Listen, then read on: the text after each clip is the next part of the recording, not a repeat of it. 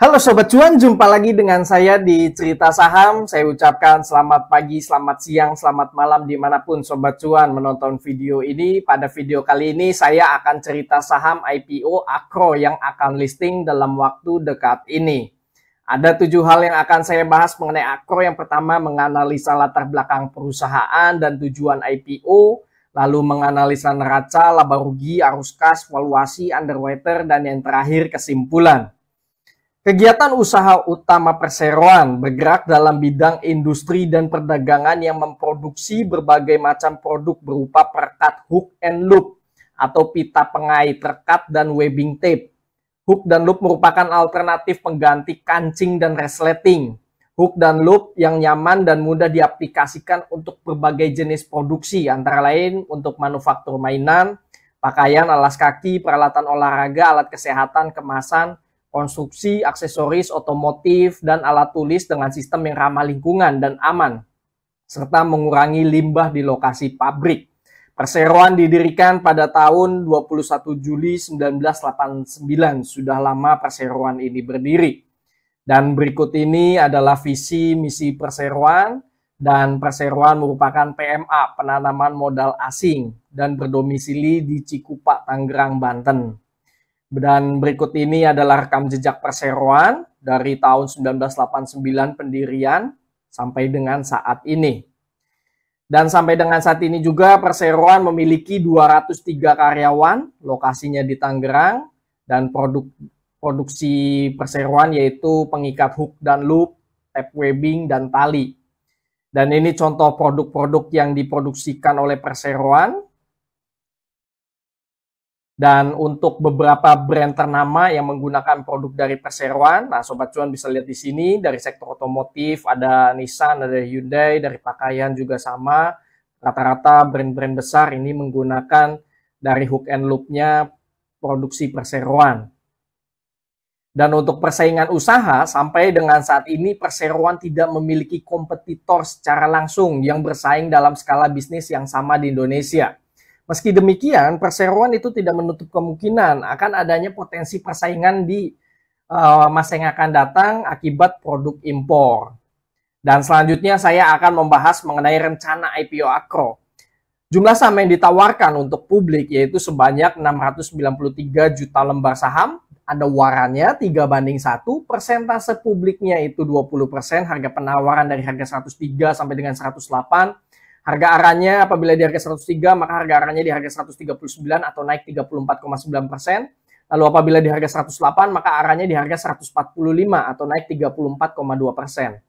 Untuk ARB-nya apabila di harga 103 maka ARB-nya di harga 67 atau minus 34,9%. Lalu apabila di harga 108 maka ARB-nya di harga 71 atau minus 34,2%. Perolehan dana IPO 71 miliar sampai dengan 74 miliar, masa book buildingnya 15 sampai 22 Desember, dan masa offeringnya direncanakan pada tanggal 2 sampai dengan 8 Januari, listingnya pada tanggal 10 Januari. Dan perseroan akan masuk dalam papan pengembangan, underwriter-nya ialah PT UOB Kay Hian Sekuritas. Rencana penggunaan dana IPO 30% ini digunakan untuk belanja modal, yaitu untuk pembelian mesin, sekitar 10% itu akan digunakan untuk pembayaran pinjaman atau utang dolar AS ke Bank Wori Saudara. Lalu sisanya ini akan digunakan untuk modal kerja perseroan. Sebagian besar ini digunakan untuk modal kerja perseroan. Lalu untuk warannya, jumlah waran yang ditawarkan ada 231 juta lembar waran, bonus warannya 3:1, persentase waran beredar 8,3%. Harga awalnya 0, harga tebusnya 186, maka perolehan dana waran 43 miliar. Masa perdagangan waran 10 Januari 2024 sampai dengan 7 Januari 2026, masa tebusnya 10 Juli 2024 sampai dengan 10 Januari 2026, dan penggunaan dana waran 100% untuk modal kerja perseroan. Dan berikut ini adalah susunan pemegang saham perseroan terbesar dimiliki oleh Bapak Chung Tae-sung. Ini kalau dilihat secara persentase, ini beliau memiliki 98,01%. Lalu untuk lock-up period, sehubungan dengan hal tersebut tidak terdapat pemegang saham perseroan yang dilarang untuk mengalihkan sebagian atau seluruh kepemilikan saham miliknya. Jadi tidak ada lock-up period. Dan untuk pemegang saham pengendali, ini ada secara sukarela lock-up period sampai dengan 3 tahun. Maka dari itu untuk keempat pemegang saham ini yang minoritas ini bisa menjual saham mereka pada saat nanti listing di publik. Berikut ini adalah profil dari Dewan Komisaris Perseroan dan ini adalah profil dari Dewan Direksi Perseroan. Selanjutnya saya akan menganalisa neraca Perseroan. Kalau dilihat dari total aset Perseroan, di sini ada peningkatan terutama dari tahun 2020 ke 2021. Ini kenaikannya lumayan signifikan dari yang tadi 53 miliar jadi 81 miliar dan per Juni 2023 Perseroan memiliki total aset 103 miliar. Paling tidak ini di tahun 2021 ada kenaikan yang signifikan terutama dari kas dan setara kas dari yang tadi 5,9 miliar jadi 16,7 miliar. Nah, kenaikan dari aset ini sekarang coba kita analisa apakah dari liabilitas kah atau dari adanya penambahan modal ditempatkan di setor di bagian ekuitasnya. Nah, kalau dilihat di bagian ekuitas, Sobat Cuan bisa lihat di sini terutama di tahun 2021 ada kenaikan modal saham dari yang tadi 3,6 miliar jadi 41 miliar. Hal inilah yang menyebabkan total aset Perseroan juga itu mengalami peningkatan. Nah, dari arus kas pendanaan, Sobat Cuan bisa lihat di sini pada tahun 2021 adanya penerimaan modal di store. Jadinya ada uang masuk 24,9 miliar rupiah. Maka dari itu kas dan setara kas Perseroan juga itu meningkat dari yang tadi 2025,9 miliar jadi 16,7 miliar.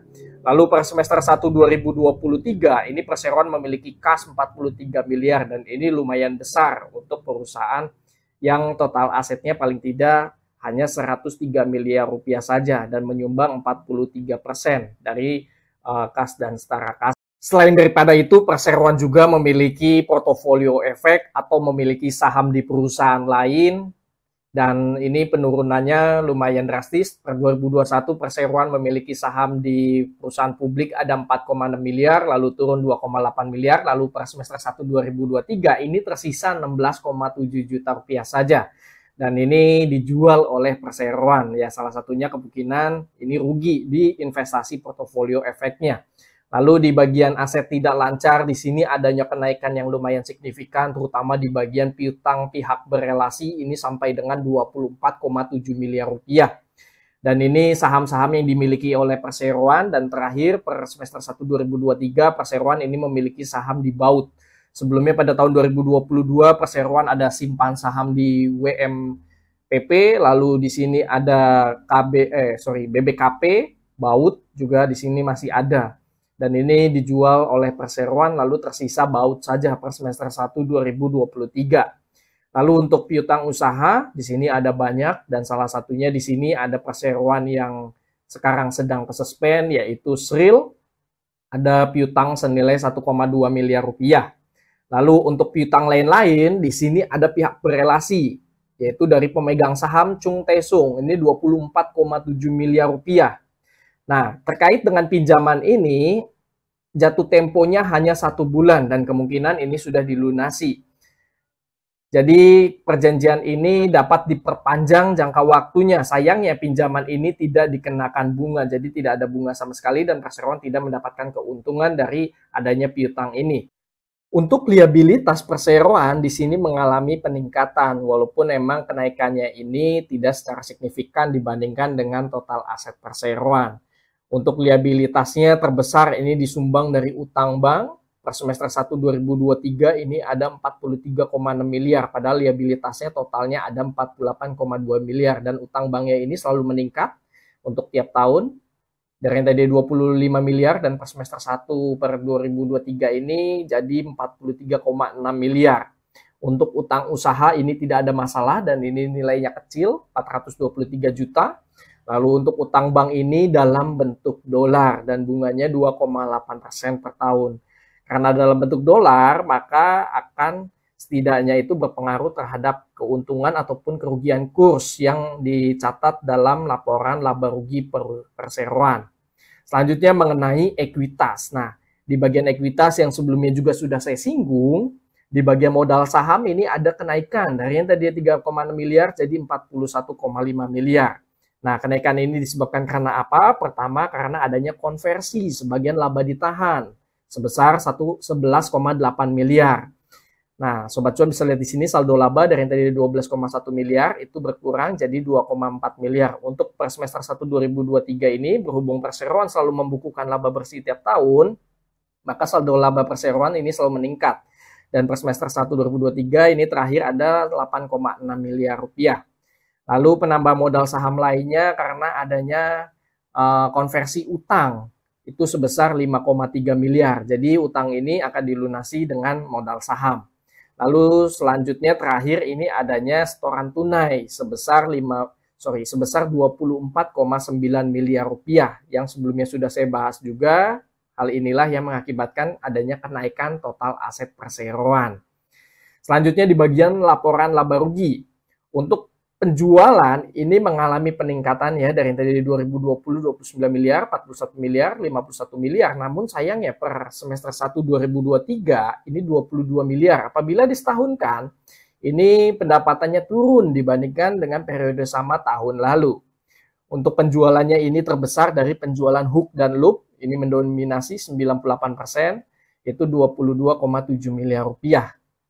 Lalu untuk rincian pelanggannya, itu terbesar dari Huasung, ini menyumbang 3,2 miliar rupiah, lalu Parkland World Indonesia, dan terakhir Sri Rezeki Isma. Nah, sebelumnya yang sudah saya singgung juga mengenai utang perseroan yang dalam bentuk dolar, itu bunganya masuk dalam laporan keuntungan ataupun kerugian selisih kurs. Nah, tercantum di sini di bagian laporan laba rugi adanya keuntungan ataupun kerugian selisih kurs karena utang perseroan itu dalam bentuk dolar. Dan ini nilainya itu sangat sensitif, sangat berpengaruh terhadap pendapatan perseroan ini. Apalagi di tahun 2020 ini lumayan besar sampai dengan minus 4,2 miliar dan ini sangat terasa menggerus pendapatan perseroan. Untungnya per 2023 ini perseroan bisa menghasilkan keuntungan dari selisih kurs sebesar 1,3 miliar. Maka dari itu laba perseroan ini sebenarnya bukan dari lini bisnisnya tapi hanya dari adanya keuntungan selisih kurs. Nah, Sobat Cuan bisa lihat di sini untuk beban keuangan yaitu biaya bunga pastinya nilainya itu naik turun tergantung kursnya pada saat itu.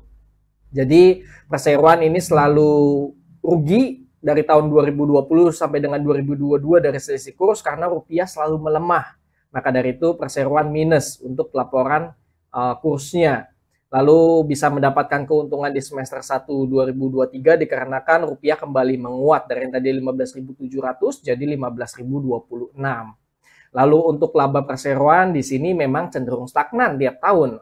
Di sini 4,4 miliar di tahun 2020, lalu turun 3,2 miliar, naik tipis 3,5 miliar, dan per semester 1 2023 ini 5,7 miliar. Dan sebelumnya juga sudah saya singgung, padahal kenaikan ini bukan dari lini bisnisnya atau usahanya, namun dari adanya keuntungan selisih kurs. Untuk dividen, perseroan berencana membagikan maksimal 25% dari laba bersih perseroan dan mulai akan membagikan dividen itu di tahun 2025 karena mengambil tahun buku yang berakhir pada tanggal 31 Desember 2024. Jadi saya tidak bisa memproyeksikan untuk di tahun 2024 itu dividennya berapa karena perseroan akan mulai bagi dividen itu di tahun 2025. Selanjutnya saya akan menganalisa arus kas perseroan pertama dari aktivitas operasi dan per semester 1 2023 ini perseroan dapat menghasilkan keuntungan yang lumayan tinggi dari aktivitas operasi sebesar 9 miliar rupiah padahal di tahun sebelumnya tahun 2020 ini selalu rugi operasional dari aktivitas operasinya jadi lebih banyak uang keluar dibandingkan dengan uang masuk. Maka dari itulah perseroan lebih banyak perlu sokongan utang bank untuk memenuhi belanja modal dan juga modal kerja perseroan. Lalu dari aktivitas investasi di sini ada uang masuk lagi karena adanya penerimaan investasi pada portofolio efek artinya ada penjualan saham sehingga ada uang masuk sebesar 2,8 miliar. Dari aktivitas investasi juga di sini ada melakukan belanja sebesar 888 juta untuk digunakan pembelian aset tetap. Sehingga dari aktivitas investasi di sini ada uang masuk 2 miliar rupiah. Dari arus kas aktivitas pendanaan sayangnya dari tahun 2020 sampai dengan sekarang ini perseroan selalu rajin untuk menambah utang bank, lalu membayar utang bank, lalu juga menerima penerimaan utang dari pihak berelasi dan juga untuk membayar utang pihak berelasi. Jadi ibaratnya kayak gali lubang tutup lubang. yang sebelumnya juga sudah saya singgung bahwa sampai dari tahun 2020 sampai dengan 2023 ini perseroan dari aktivitas operasinya selalu merugi. Maka dari itu perseroan masih terus berupaya mendapatkan dana segar itu dari sokongan utang bank. Dan ber 2023 ini perseroan ada uang masuk 95 miliar penerimaan utang bank, lalu adanya digunakan untuk membayar utang sebesar 78 miliar. Lalu digunakan lagi utang, membayar utang itu sebesar 12,9 miliar. Dari aktivitas pendanaan ada uang masuk 9,9 miliar. Sehingga adanya kenaikan bersih kas dan setara kas sebesar 21 miliar. Pada awal tahun itu ada 22 miliar, maka dari itu tabungan di banknya sampai dengan saat ini perseroan memiliki 43,2 miliar rupiah. Selanjutnya saya akan menganalisa valuasi perseroan. Di sini saya ambil di harga 103 dan 108 dan laporan keuangannya disetahunkan. Untuk total saham beredar ada 3,4 miliar lembar saham, pendapatannya 45 miliar, laba bersihnya 8,3 miliar. Ini pendapatan dan laba bersihnya ini saya setahunkan. Untuk total asetnya 103 miliar, liabilitasnya 48 miliar, ekuitasnya ini saya sudah tambahkan dengan perolehan dana IPO. Apabila di harga 103 maka ekuitasnya 127 miliar. Apabila di harga 108 maka ekuitasnya 130 miliar. Market cap, harga saham dikalikan dengan total saham beredar, maka didapatkan market cap-nya 357 miliar. Apabila di harga 108, maka market cap-nya 374 miliar. Book value, perbandingan antara ekuitas dengan total saham beredar, didapatkan book value-nya 36,6. Apabila di 108, maka book value-nya 37,6. PBVR, perbandingan antara harga saham dengan book value, maka didapatkan PBVR yang ditawarkan itu 2,8 kali. Apabila di harga 108, 2,9 kali. EPS, perbandingan antara laba bersih dengan total saham beredar, EPS-nya 2,3, maka PER-nya perbandingan antara harga saham dengan EPS-nya, maka apabila di harga 103, PER-nya 44 kali, apabila di harga 108, maka PER-nya 46 kali. ROE, perbandingan antara laba bersih dengan ekuitas. Perseroan memiliki ekuitas 127 miliar, dapat membukukan laba bersih 8,3 miliar, maka ROE-nya 6,5%. Apabila di harga 108 maka ROE-nya 6,3%. NPM melihat rasio profit marginnya. Perbandingan antara laba bersih dengan pendapatan. Perseroan pendapatannya 45 miliar dapat membukukan laba bersih 8,3 miliar maka NPM-nya 18%. DER perbandingan antara liabilitas dengan ekuitasnya. Perseroan memiliki ekuitas 127 miliar dan liabilitas 48 miliar maka DER-nya 37%. Apabila di harga 108 maka DER-nya 36%. Selanjutnya mengenai underwriter, dan underwriternya ialah PT UOB Kay Hian Sekuritas dengan kode broker AI. Memang di tahun 2024 ini nanti ada dua emiten itu dibawakan oleh AI. Yang pertama itu ada NICE dan lalu yang kedua ada Akro. Nah, kalau dilihat secara historikal, memang kalau saham itu bukan papan akselerasi, itu selalu menguntungkan. Ini jarang sekali, bahkan tidak pernah perseroan ini mengecewakan untuk saham yang dibawakan oleh UOB Kay Hian Sekuritas. Sobat cuan bisa lihat di sini. Terakhir ada ayam dan koka, itu openingnya ARA.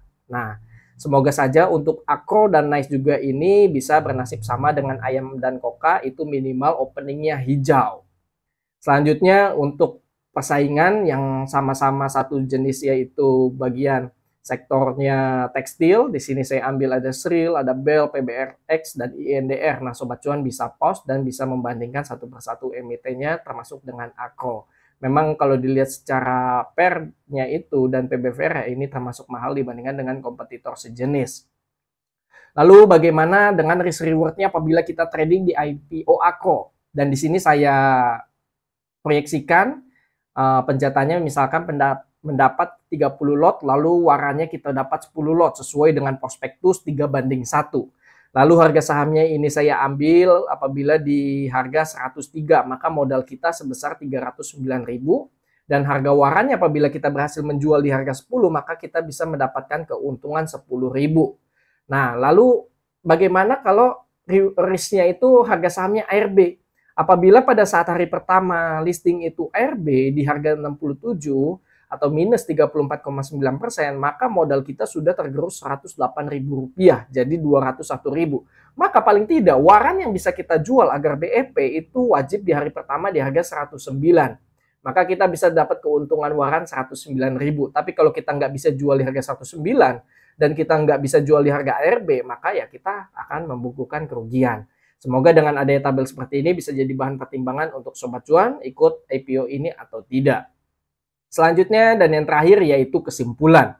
Kesimpulan rencana IPO, Akro secara bisnis untuk saat ini cenderung stagnan. Meskipun pendapatan ada kenaikan, tapi pendapatannya masih tergolong kecil untuk emiten yang sudah berdiri dari tahun 1989. Akro secara penggunaan dana IPO termasuk bagus karena digunakan untuk belanja modal, pembayaran utang untuk memperkuat likuiditas. Namun sayangnya sebagian besar dana IPO digunakan untuk modal kerja perseroan. Jumlah saham yang ditawarkan untuk publik tergolong wajar, yaitu sebanyak 6 juta lot. Terdapat lock-up period untuk pengendali dan waran yang membuat resiko jadi terminimalisir. Namun untuk pemegang saham minoritas itu tidak ada lock-up period. Akro akan masuk dalam papan pengembangan. Untuk ringkasan prospektus saya kasih nilai 6/10. Untuk laporan keuangan Akro memiliki laporan keuangan neraca yang sehat meskipun total liabilitasnya terbesar disumbang dari utang bank. Akan tetapi perseroan masih mengimbangi dengan kas yang sama besarnya dengan utang bank yang dimiliki perseroan. Terlebih nantinya Akro juga akan mendapatkan dana segar tambahan hingga 117 miliar rupiah dari IPO saham dan waran apabila nantinya semua warannya ditebus, sehingga dapat memperkuat posisi neraca perseroan jauh lebih sehat lagi ke depannya. Untuk laporan laba rugi, Akro sayangnya belum mampu menumbuhkan laba tiap tahunnya meskipun pendapatan tiap tahunnya itu selalu meningkat. Hal ini dikarenakan perseroan sensitif terhadap kurs dan investasi saham sebelumnya yang membuat pendapatan tiap tahunnya tergerus.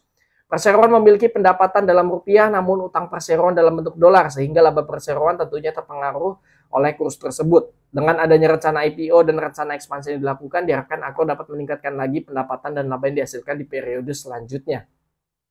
Untuk laporan arus kas, Akro agak tertekan di pendanaan dikarenakan tiap tahun perseroan masih membutuhkan sokongan utang bank untuk memenuhi dan merealisasikan modal kerja dan belanja modal yang dilakukan perseroan.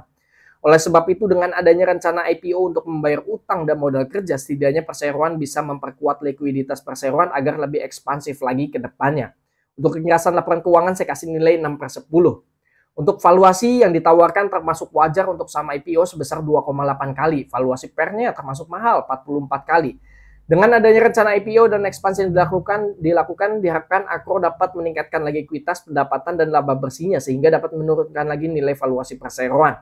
Market cap Akro tergolong wajar yaitu 357 miliar dibandingkan dengan ekuitas perseroan hanya 127 miliar. Untuk ringkasan valuasi saya kasih nilai 6/10. Untuk underwriter menunjuk PT Yobi Kehian Sekuritas dengan kode broker AI sebagai underwriter. Secara historikal, IPO yang dibawakan oleh AI sangat bervariatif saat opening market di hari pertama. Akan tetapi berdasarkan historikal saham-saham terakhir yang dibawakan saat opening harganya tidak pernah turun untuk saham yang bukan masuk dalam papan akselerasi. Hal inilah yang bisa jadi stimulus positif untuk Akro apakah rekornya masih bertahan untuk selalu hijau atau tidak. Untuk ringkasan underwriter saya kasih nilai 9,5/10. Kesimpulan akhir saya secara pribadi cenderung ikut IPO ini karena underwriternya itu bagus dan tidak mengecewakan dari beberapa saham yang dikawal oleh PT Yobi Kehian Sekuritas. Untuk lebih jelasnya nanti ikut atau tidak bisa follow Instagram kami, grup WA ataupun Stockbit forum chat. Semua link tersedia di kolom deskripsi. Bagaimana nih Sobat Cuan, mau ikut IPO ini atau tidak? Bisa isi chat di kolom komentar. Disclaimer on, video yang berisikan data dan atau informasi yang tersedia hanyalah sebagai bahan referensi dan edukasi, bukan sebagai ajakan. Keputusan bertransaksi beli jual skip mengacu pada rekomendasi saham dan isi video ini sepenuhnya merupakan tanggung jawab Sobat Cuan. Terima kasih bagi Sobat Cuan yang sudah mengikuti cerita saham Akro ini dari awal sampai dengan akhir. Semoga video yang disampaikan bermanfaat bagi Sobat Cuan dan bisa dijadikan bahan pertimbangan untuk ikut IPO ini atau tidak. Sampai jumpa pada cerita saham selanjutnya. Happy trading, happy investing, happy IPO. See you semua, bye-bye.